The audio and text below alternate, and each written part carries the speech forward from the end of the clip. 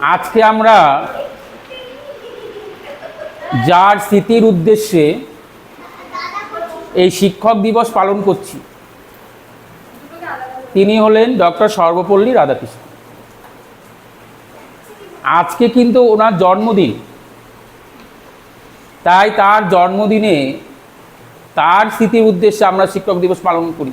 সারা ভারতবর্ষ জুড়েই এই দিনটাকে বিশেষ করে পালিত হয়।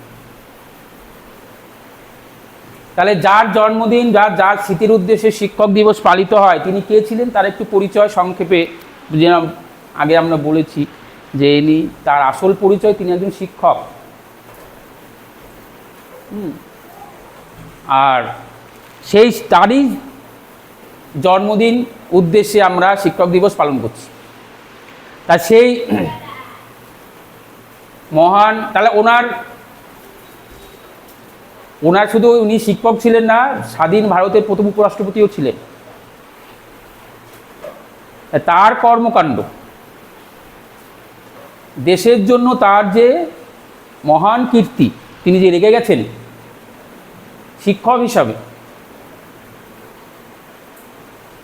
তাই তার স্মৃতির উদ্দেশ্যে আমরা 5ই সেপ্টেম্বর প্রতি বছর এই দিনটা বিশেষভাবে পালন করি। তাহলে শিক্ষকদের উদ্দেশ্যে তিনি তাহলে তার জন্মদিন শিক্ষক দিবস হিসাবে পালন করি কেন? এটা হচ্ছে শিক্ষক আর ছাত্রদের মধ্যে একটা সুসম্পর্ক। ছাত্র এবং শিক্ষকের সম্পর্ক কেমন হবে? ছাত্ররা শিক্ষকদের প্রতি, শিক্ষক শিক্ষিকাদের প্রতি কীরকম আচরণ করা উচিত, সেইটাই আজকে আমরা পালন করি। তাহলে শিক্ষকদের শিক্ষক শিক্ষিকার প্রতি কেমন আচরণ করবে? তাদের কথা মান্য করতে হবে, তাদের সম্মান করতে হবে। তারা যেভাবে চলতে বলবে ছাত্রদের উচিত সেইভাবেই চলা। এবারে তাহলে ছাত্রদের প্রতি শিক্ষকদেরও কি কর্তব্য? ছাত্ররা শিক্ষক শিক্ষিকাদের সন্তান তুল্য। নিজের সন্তানকে শিক্ষক শিক্ষিকারা যেভাবে স্নেহ করবে, ছাত্রদেরও শিক্ষক শিক্ষিকাদের উচিত সেই রূপ স্নেহ ভালোবাসা প্রদান করা। তাহলে শিক্ষক এবং ছাত্রদের একটা সম্পর্ক, সুসম্পর্ক বজায় থাকে।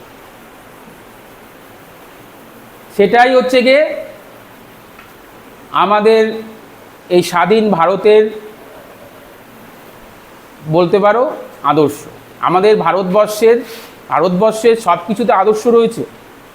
তাহলে শিক্ষক এবং ছাত্রদের মধ্যে যদি একটা সুসম্পর্ক এবং আদর্শ সম্পর্ক থাকে, বাইরের বিদেশি লোকেরাও বলবে যে কী সুন্দর ভারতবর্ষ, যেখানে শিক্ষক শিক্ষিকাদের,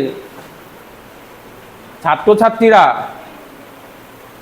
গুরুর ন্যায় স্নেহ করে।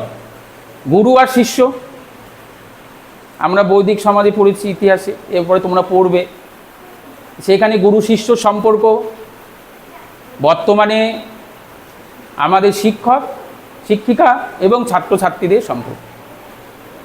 তাহলে যে মহান মানবের স্মৃতির উদ্দেশ্যে আমরা শিক্ষক দিবস পালন করছি, আজকে আমরা ওনার কি বলবো বিগ্রহ বলি, বিগ্রহে আমরা একটু পুষ্প দিয়ে শ্রদ্ধার্ঘ্য নিবেদন করব।